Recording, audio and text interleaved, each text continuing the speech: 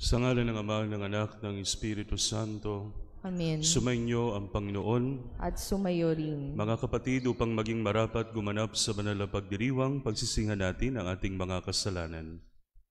Inaamin ko sa makapangyarihang Diyos at sa inyo, mga kapatid, na lubha akong nagkasala sa isip, sa salita at sa gawa at sa aking pagkukulang. Kaya sinasamo ko sa halabihang Sa mga anghel at mga banal, at sa inyo mga kapatid, na ako'y panalangin sa Panginoong ating Diyos. Kaawaan tayo ng makapangyarihang Diyos, patawarin tayo sa ating mga kasalanan at patnubayan tayo sa buhay na walang hanggan. Amen. Panginoon, kaawaan mo kami. Panginoon, kaawaan mo kami. Kristo, kaawaan mo kami. Kristo, kaawaan mo kami. Panginoon, kaawaan mo kami. Panginoon, kaawaan mo kami. Papuri sa Diyos sa kaitaasan at sa lupa'y kapayapaan sa mga taong kinalulugdan niya. Pinupuri ka namin, dinarangal ka namin, sinasamba ka namin, ipinagbubunyi ka namin, pinasasalamatan ka namin dahil sa dakila mong angking kapurihan. Panginoong Diyos, Hari ng langit, Diyos amang makapangyarihan sa lahat, Panginoong Hesukristo, bugtong na anak, Panginoong Diyos, Kordero ng Diyos, anak ng Ama, ikaw na nag-aalis sa mga kasalanan ng sanlibutan, maawa ka sa amin. Ikaw na nag-aalis sa mga kasalanan ng sanlibutan, tanggapin mo ang aming kahilingan. Ikaw na naluluklok sa kanan ng Ama, maawa ka sa amin. Sapagat ikaw lamang ang banal, ikaw lamang ang Panginoon, ikaw lamang o Hesukristo ang kataas-taasan, kasama ng Espiritu Santo, sa kadakilaan ng Diyos Ama. Amen. Manalangin tayo. Ama naming makapangyarihan, loobin mong ang darating na Pasko ng pagsilang ng iyong anak ay magdulot ng kagalingan sa pamumuhay sa kasalukuyan at magkaloob ng gantimpalang pagmagpakailanman. Sa pamamagitan niya, kasama ng Espiritu Santo, magpasawalang hanggan. Amen.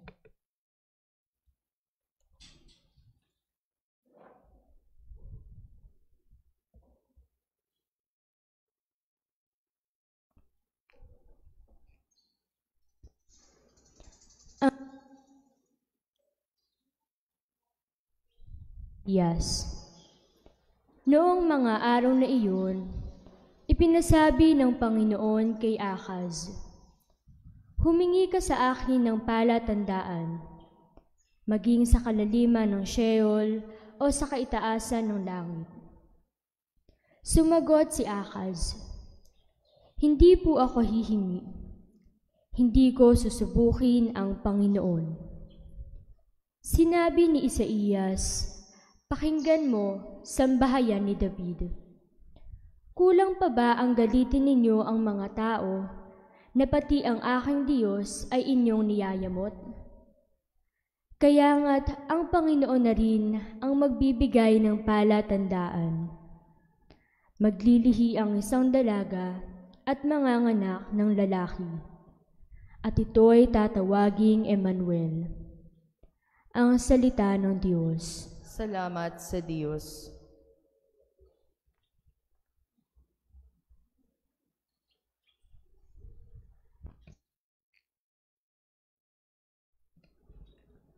Ang Panginooy darating, siya'y dakilang hari natin. Ang Panginooy darating, siya'y dakilang hari natin.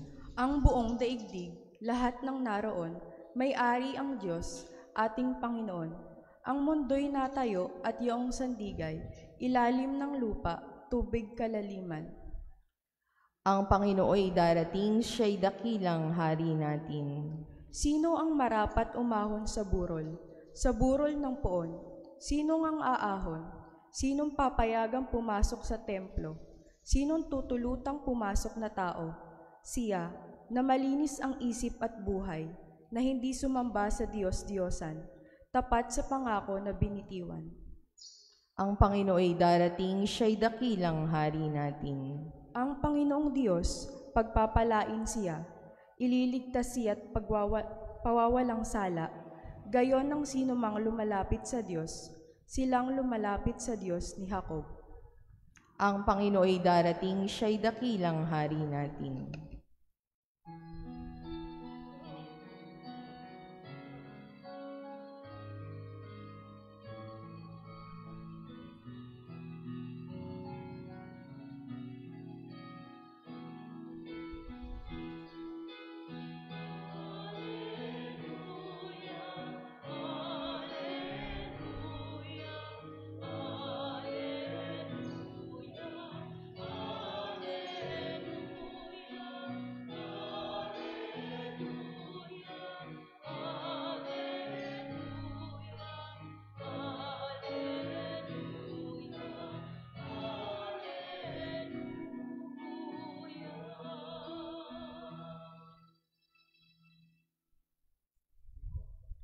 at sumayo rin. Ang mabuting balita ng Panginoon ayon kay San Lucas. Papuri sa iyo, Panginoon.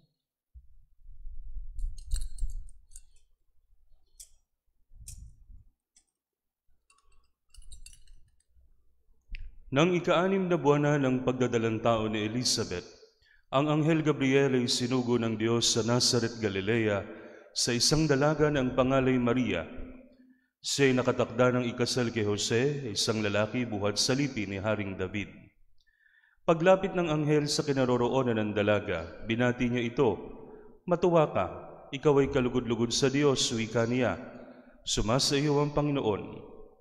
Nagulumihanan si Maria sa gayong pangungusap at inisip niyang mabuti kung ano ang kahulugan niyon. Kaya't sinabi sa kanya ng anghel, "Huwag kang matakot, Maria, sapagkat kinalulugdan ka ng Diyos. Makinig ka, ikaw ay maglilihi at manganganak ng isang lalaki at siya'y tatawagin mong Jesus.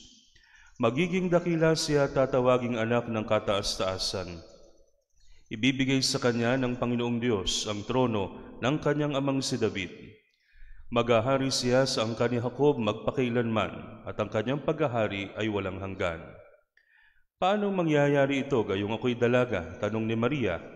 Sumagot ang anghel, "Bababa sa iyo ang Espiritu Santo at lililiman ka ng kapangyarihan ng kataas-taasan, kaya't banal ang ipanganganak mo at tatawaging anak ng Diyos. Natatandaan mo ang iyong kamag-anak na si Elizabeth. Alam ng lahat na siya'y baog, ngunit naglihi siya sa kabila ng kanyang katandaan, at ngayon ika-6 na buwan na ng kanyang pagdadalang tao, sapagat walang hindi mapangyayari ang Diyos." Sumagot si Maria, "Ako'y alipin ng Panginoon, mangyari sa akin ang iyong sinabi." At nilisan siya ng anghel. Ang mabuting balita ng Panginoon. Pinupuri ka namin, Panginoong Hesukristo. Sa ngalan ng Ama, ng Anak, ng Espiritu Santo. Amen. Mga kapatid, ng Ebanghelyo po sa umagang ito ang pinagkunan ng ating panalangin sa mahal na Birheng Maria. No? Aba, Ginoong Maria, napupuno ka ng grasya. Ito pong translation, sadly, ng ating Ebanghelyo ay hindi halaw sa talagang translation. Ang nakalagay dito, "Matuwa ka, ikaw ay kalugod-lugod sa Diyos." Imbis na ang nakalagay dapat, "Aba, Ginoong Maria, napupuno ka ng grasya." Sa Griego po, mga kapatid, ito po ang taguri sa mahal na Birhen na hindi tinaglay ng kahit sino paman sa Biblia, sapagkat siya lang po ang merong natatanging role na maging ina ni Hesukristo. Sa Griego po, ang salita po dito ay kekaritomene Mariam.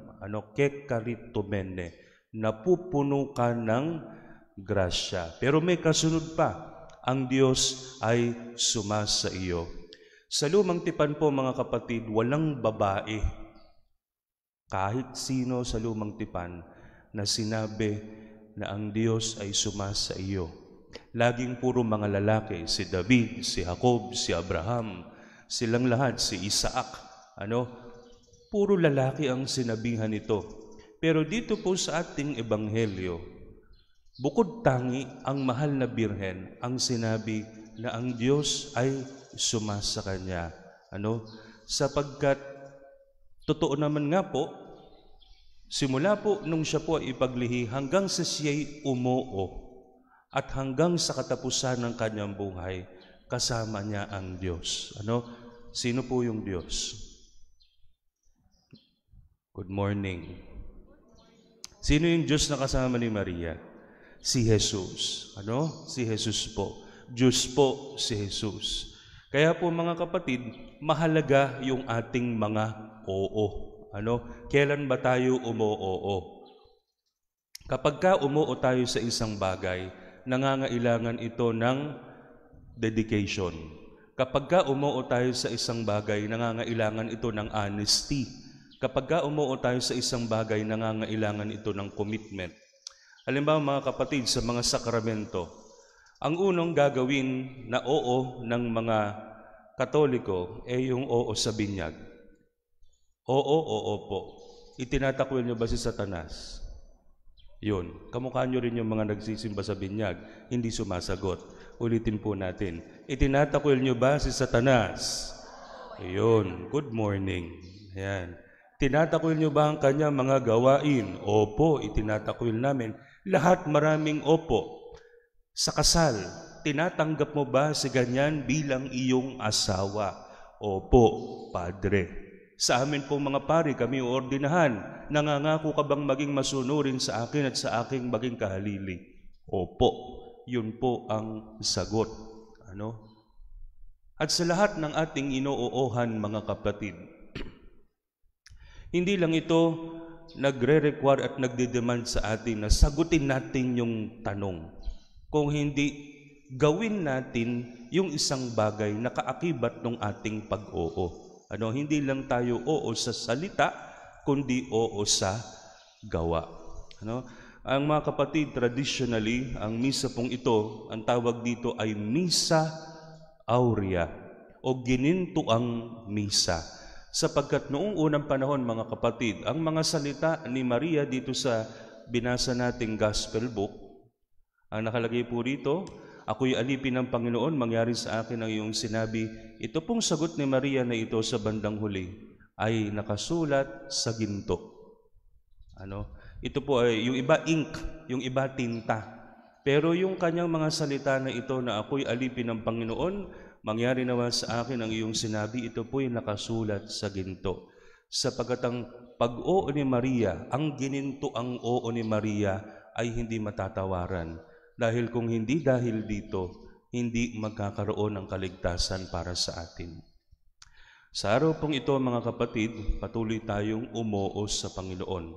Tandaan po natin kapag tayo'y umoo, kamukha ni Maria, hindi tayo iiwanan ng Diyos. All throughout our vocation to say yes, lagi nating kasama siya. Ito po ang ating pagnilayan sa umagang ito, sa ngalan ng Ama, ng Anak, ng Espiritu Santo. Amen. Amen. Matularan nawa natin ang halimbawa ni Maria sa pagbabahagi kay Jesus sa kapwa. Ang atin pong itutugon, kasama ni Maria ang aming ina, dinggin mo kami. Kasama ni Maria ang aming ina, dinggin mo kami.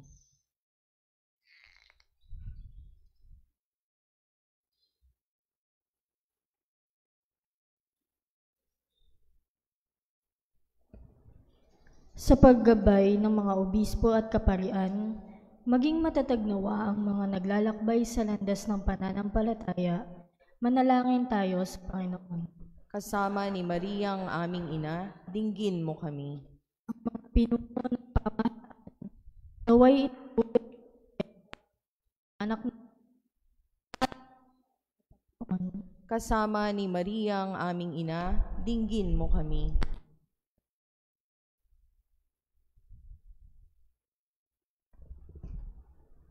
Ang mga nagdalaga ng sarili sa Panginoon, naway maging tunay na saksi at tagapaghatid ni Kristo sa daigdig, manalangin tayo sa Panginoon. Kasama ni Maria ang aming ina, dinggin mo kami. Ang mga kabataan, tulad ng Inang Maria, naway tumugon sa tawag sa paglilingkod sa simbahan, manalangin tayo sa Panginoon. Kasama ni Maria ang aming ina, dinggin mo kami. Ang mga namayapang ibinahagi si Jesus sa kapwa, naway makasalo sa hapag ng anak ng Diyos, manalangin tayo sa Panginoon. Kasama ni Maria ang aming ina, dinggin mo kami. Hinihiling namin ito sa pamamagitan ni Kristong aming Panginoon, magpasawalang hanggan. Amen.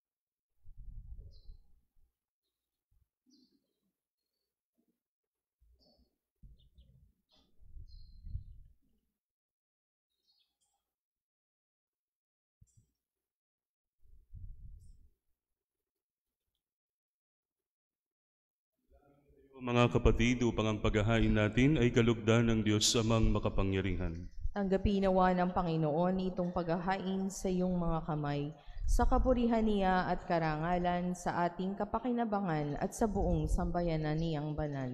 Ama naming lumikha, maihain nawang lubos ang matapat naming paglilingkod sa pagganap sa tinatag ng iyong anak at sa pakikibahagi at sa pakikinabang sa iyong pagdubos sa aming lahat, sa pamamagitan niya kasama ng Espiritu Santo, magpasawalang hanggan. Amen. Sumainyo ang Panginoon. At sumayo rin. Itaas sa Diyos ang inyong puso at diwa. Itinaas na namin sa Panginoon. Pasalamatan natin ang Panginoong ating Diyos. Marapat na siya ay pasalamatan. Ama naming makapangyarihan, tunay ngang marapat na ikaw ay aming pasalamatan sa pamamagitan ni Hesukristo na aming Panginoon. Ang pagsusubok mo sa Kanya ay ipinahayag ng lahat ng mga propeta. Ang pagsilang niya ay pinanabikha ng mahal na Birheng Kanyang inang tunay sa kapangyarihan ng Espiritong Banal. Ang pagdating niya ay inilahad ni San Juan Bautista sa kanyang pagbibinyag. Ngayong pinaghahandaan namin ang maligayang araw ng kanyang pagsilang, kami nananabik at nananalangin lubos sa makaharap sa kanyang kadakilaan. Kaya kaisa ng mga anghel na nagsisiawit ng papuri sa iyo ng walang humpay sa kalangitan, kami nagbubunyi sa iyong kadakilaan.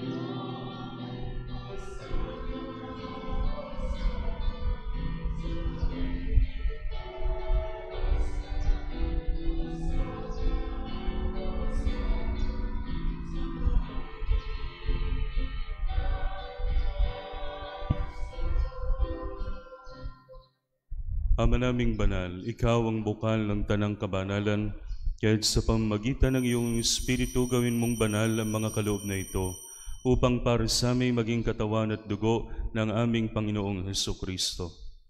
Bago niya pinagtiis ang kusang loob na maging handog, hinawakan niya ang tinapay, pinasalamatan kanya, pinaghati-hati niya iyon.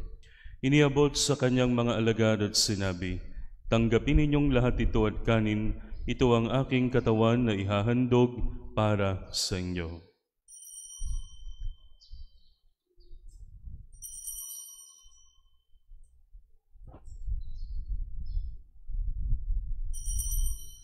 Gayun din naman nung matapos ang hapunan, hinawakan niya ang kalis, muli kanyang pinasalamatan.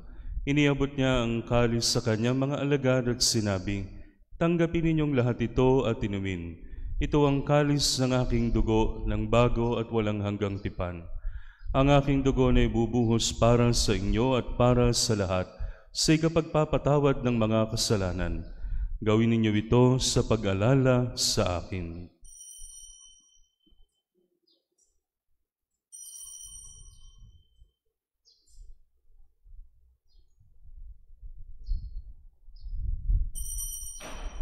Ipagbunyi natin ang misteryo ng pananampalataya.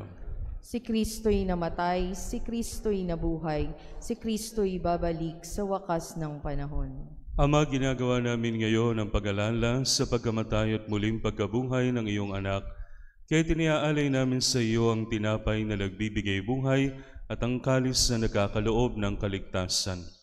Kami nagpapasalamat dahil kami iyong minarapat na tumayo sa harap mo para maglingkod sa iyo. Isinasamo namin kaming magsasalo-salo sa katawan at dugo ni Kristo ay mabuklod sa pagkakaisa sa pamamagitan ng Espiritu Santo. Amalingapin mo ang iyong simbahang laganap sa buong daigdig. Puspusin mo kami sa pag-ibig kay San Francisco na aming Papa, ni Dennis na aming Obispo at ng Tanang Kaparian. Alalahanin mo rin ang mga kapatid naming nahimlay nang may pag-asang sila'y muling mabubuhay, gayon din ang lahat ng mga pumanaw. Kaawaan mo sila at patuloyin sa iyong kaliwanagan. Kaawaan mo at paging dapatin kaming lahat na makasalo sa iyong buhay na walang wakas. kaysa ng mahal na Birheng Maria na ina ng Diyos, kaysa ni San Jose, kaysa ng mga apostol at lahat ng mga banal na namuhay dito sa daigdig ng kalugod-lugod sa iyo. May pagdiwang nawa namin ang pagpupuri sa ikararangal mo sa pamamagitan ng iyong anak na aming Panginoong Hesukristo. Sa pamamagitan ni Kristo, kasama niya at sa Kanya, ang lahat ng parangal at papuri ay sa iyo, Diyos amang makapangyarihan, kasama ng Espiritu Santo, magpasawalang hanggan. Amen. Sa tagubili ng mga nakagagaling na utos sa turo ni Jesus na Panginoon natin at Diyos, ipahayag natin ng lakas loob.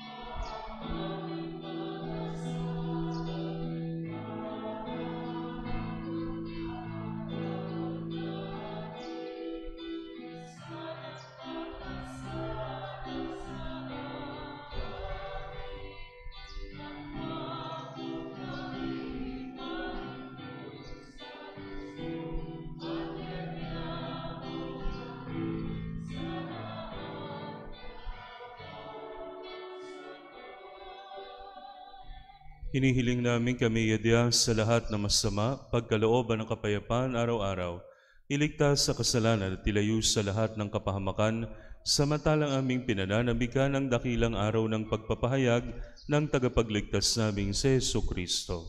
Sapagkat iyo ang kaharian at ang kapangyarihan at ang kapurihan magpakailanman. Amen. Panginoong Jesucristo, sinabi mo sa iyong mga apostol, kapayapaan ang iniiwan ko sa inyo, ang aking kapayapaan ang binibigay ko sa inyo. Tunghayan mo ang aming pananampalataya at huwag ang aming mga pagkakasala.